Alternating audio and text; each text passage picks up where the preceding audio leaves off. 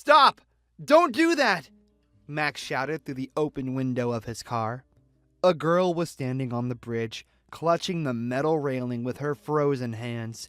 Max braked sharply, parked at the roadside, quickly got out of the car, and ran toward the girl. Stay back! I've already made up my mind anyway, the girl replied without looking at Max. Wait. Please wait. That's okay. I'm staying back. Max pretended to stop. Look, I'm standing still. The girl quickly looked back in Max's direction and continued to look down. Don't do anything stupid. You're so young. Max continued to talk to the girl and slowly made his way towards her. Stay where you are, the girl shouted. By the way, my name is Max. He realized he needed to try to distract her and get as close as he could to keep her from jumping. Listen, do you like ice cream? It doesn't really matter anymore, she replied quietly. I love ice cream. I'd have some right now. Max continued to approach the girl slowly. Is the wind strong? He asked. It doesn't matter anymore. She repeated the phrase. How old are you? Max was already very close to the girl and tried to speak quietly so she wouldn't realize he was approaching. There were only a couple of steps away from the girl. Max quickly overcame this distance, grabbed the girl, and threw her back onto the bridge over the railing with all his might. They fell onto the sidewalk, and Max continued to hold the girl tightly. It's okay. Calm down, the guy said and started stroking the girl's head. She wasn't wearing a hat or gloves, only a jacket that didn't save her from the freezing wind. The girl started crying. She was shaking, trying to say something. It's okay. Everything's okay. Max tried to comfort her. One of the drivers ran up to the couple sitting on the bridge. It's okay, Max replied to the passerby, raising his right hand. No help needed. Everything is fine now. The driver went to his car, and 10 minutes later, Max and the girl were sitting on the bridge with no witnesses. Okay, come on, get up. You're freezing. What's your name? Max asked, shaking off his and her clothes.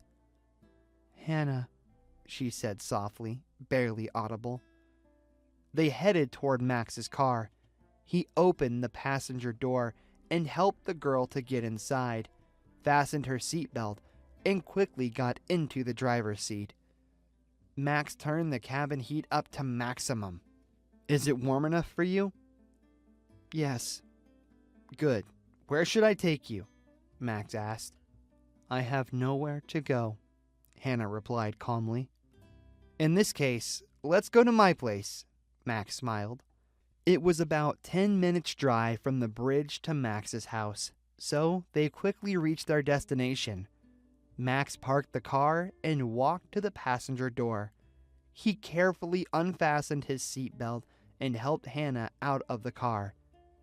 You're finally home, Max's wife greeted her husband on the doorstep. Who's this? Rachel, I'll explain everything in a moment, but first, please fill the tub with hot water. Oh my gosh, what's wrong with her? Rachel asked, looking at the girl. She wanted to jump off the bridge, but I stopped her. Max rushed to the bathroom and began to fill the water. Rachel, please help her bathe. She's freezing to death. Shh, Michael is already asleep. He didn't wait for you and fell asleep, Rachel said quietly. So, what's your name? Rachel asked. Hannah, the girl replied quietly. And how old are you, Hannah? 18. So, what happened to you that you decided to end your life? Rachel continued her quiet dialogue. Rachel, leave her alone. Let her come to her senses, Max said to his wife. Okay, get up. Let's go warm you up. Rachel led Hannah into the bathroom and came out 3 minutes later. Fortunately, you didn't have time to fix the knob on the door. She won't be able to lock the door from the inside. Rachel looked at Max with a smile. Right. Ask her if she can have some dairy. Max turned to his wife. Rachel returned from the bathroom and informed that Hannah could have some milk. That's great. I'll warm some milk with honey for her. She should drink some after taking a bath so she doesn't get a cold. Max opened the refrigerator and started looking for milk. Why don't you tell me all the details? There are no details. Max carefully took his sleeping son into his and Rachel's bedroom and walked Hannah into Michael's room. Daddy, she's awake! Michael shouted right in Hannah's ear. Why are you shouting so loudly? Max replied in a very loud whisper. Hannah opened her eyes and saw a boy of about 4 years old sitting in front of her, informing the whole family very loudly that she was awake. Who are you? And why are you sleeping in my bed? Michael questioned the uninvited guest. My name is Hannah, the girl replied quietly. I'm sorry, kiddo. I just didn't have any other place to sleep. Are you always going to sleep here now? Michael asked, looking at his toys at the same time. No, Hannah said on the bed. I'll leave tonight. Will you play with me? Michael put a big plastic truck on the bed. Look what I have. Wow, what a great truck. I've never seen such a big truck before. Hannah pretended to be curious. Good morning, Hannah. How are you doing? Max and Rachel peeked into Michael's room. I'm fine, thank you. I'm sorry to have caused you so much trouble. What do you mean? Max wondered. Tears streamed down Hannah's face. Max, could you please leave the room? Rachel walked into the room and sat down next to Hannah. It's okay, dear. It's time to get up. Wash up, and then we'll have breakfast. Hannah washed her face, walked to the kitchen, and sat at the table. Over breakfast, Max and Rachel tried to talk about anything but yesterday's incident and the circumstances that had forced Hannah to do such a stupid thing. Hannah didn't eat much. She didn't even seem to hear the lovely conversation intended to distract her from her depressing thoughts. Any plans for today? Rachel asked her husband. There's a lot of bookings at the cab service, so I'll work today. Max finished his tea and put the mug in the sink. Hannah, why don't you join me? Okay, just text me before you drive home so I have time to make dinner for you, Rachel said as she cleared the table. They got into the car. Max put on some music and they drove off. Max wondered what had forced Hannah to take such a desperate step, but he realized if she wanted to, she would tell them herself, so he didn't ask any questions. It's already time for you to come to your senses. Christmas is coming, Max said. As they drove in the car, there were too many thoughts in Hannah's head, and one of them didn't give her any peace. Why had he saved her? Max parked the car, got out, and told Hannah to wait for him. 5 minutes later, he was walking to the car holding some envelope. So, I picked up the envelope from the customer, from the management team representative. So, my game is to guess who I'm taking this envelope to, like someone's wife or someone's mistress. Also, we need to stop by the store. Soon he was holding a red Santa Claus hat and a headband made in the shape of a reindeer's antlers.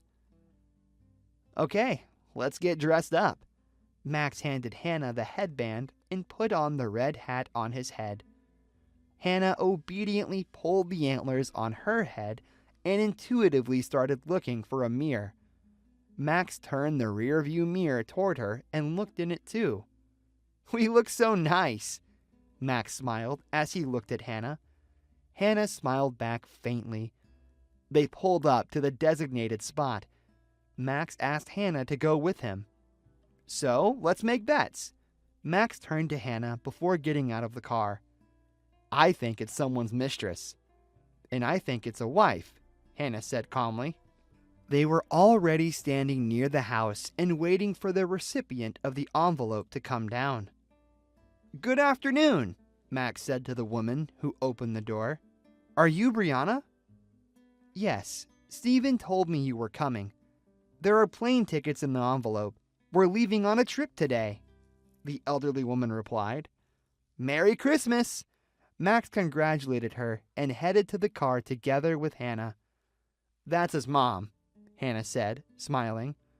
Max accepted a new order, and they drove off for another round of impressions. "Good afternoon!" A pleasant lady opened the door. Her left leg was in a cast. "I have packed presents for my grandchildren." The woman pointed to the boxes.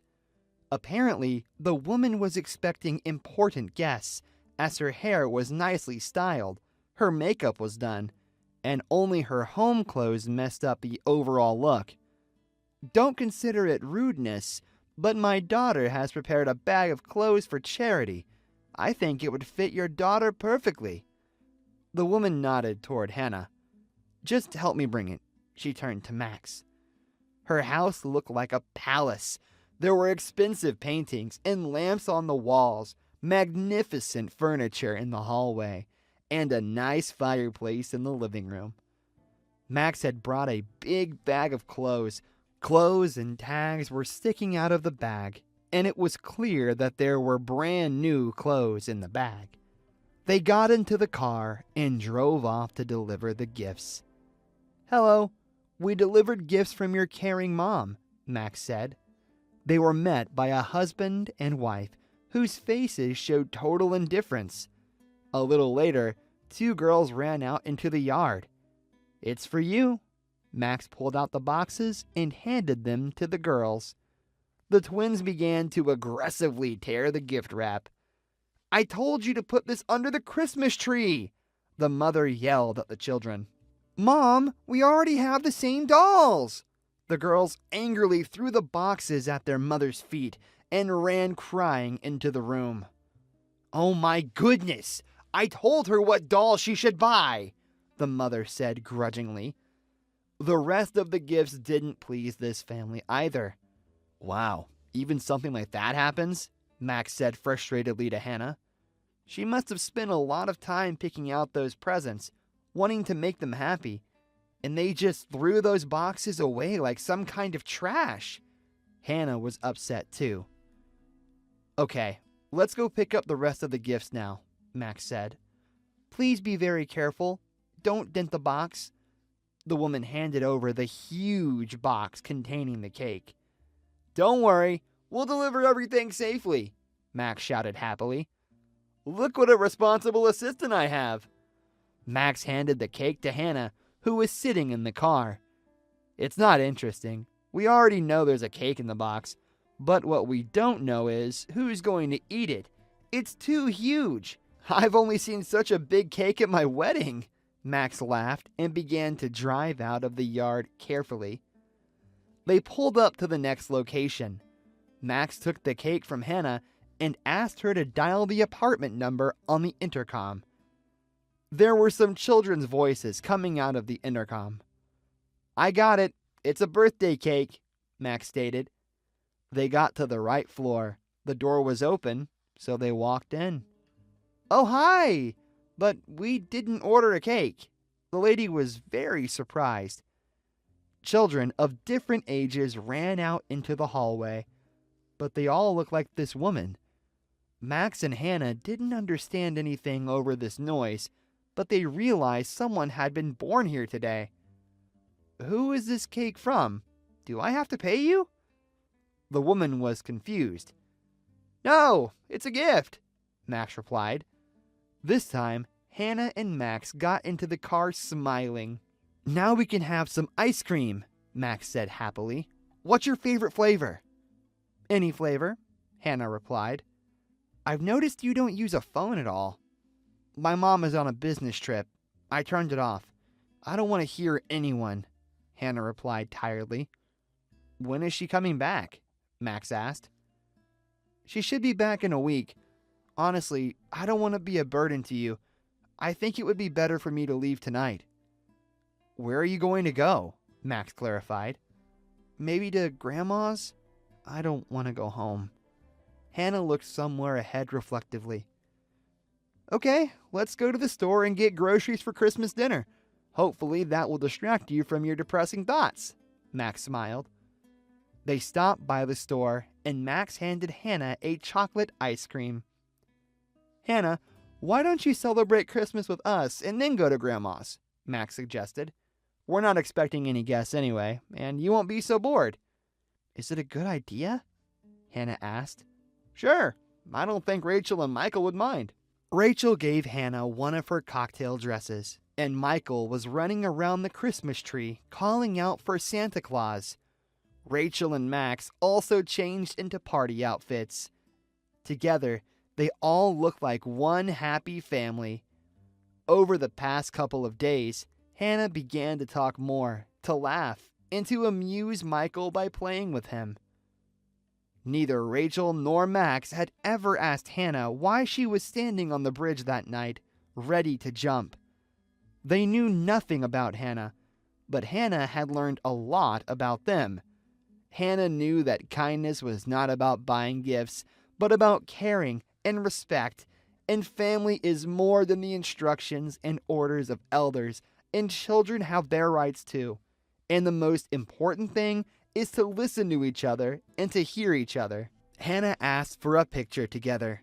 For that moment, she was part of their family, and it was enough for her. Over the past few days, she had been delivering gifts with Max and had managed to earn some money. The girl bought small gifts for everyone, Christmas decorations, and Michael made a Christmas card for her. "Can I call you sometimes?" Hannah asked timidly. "Rarely. I will not be annoying. I just really want you to always be with me." "Darling, you don't have to ask about it. Of course you can call us anytime you want."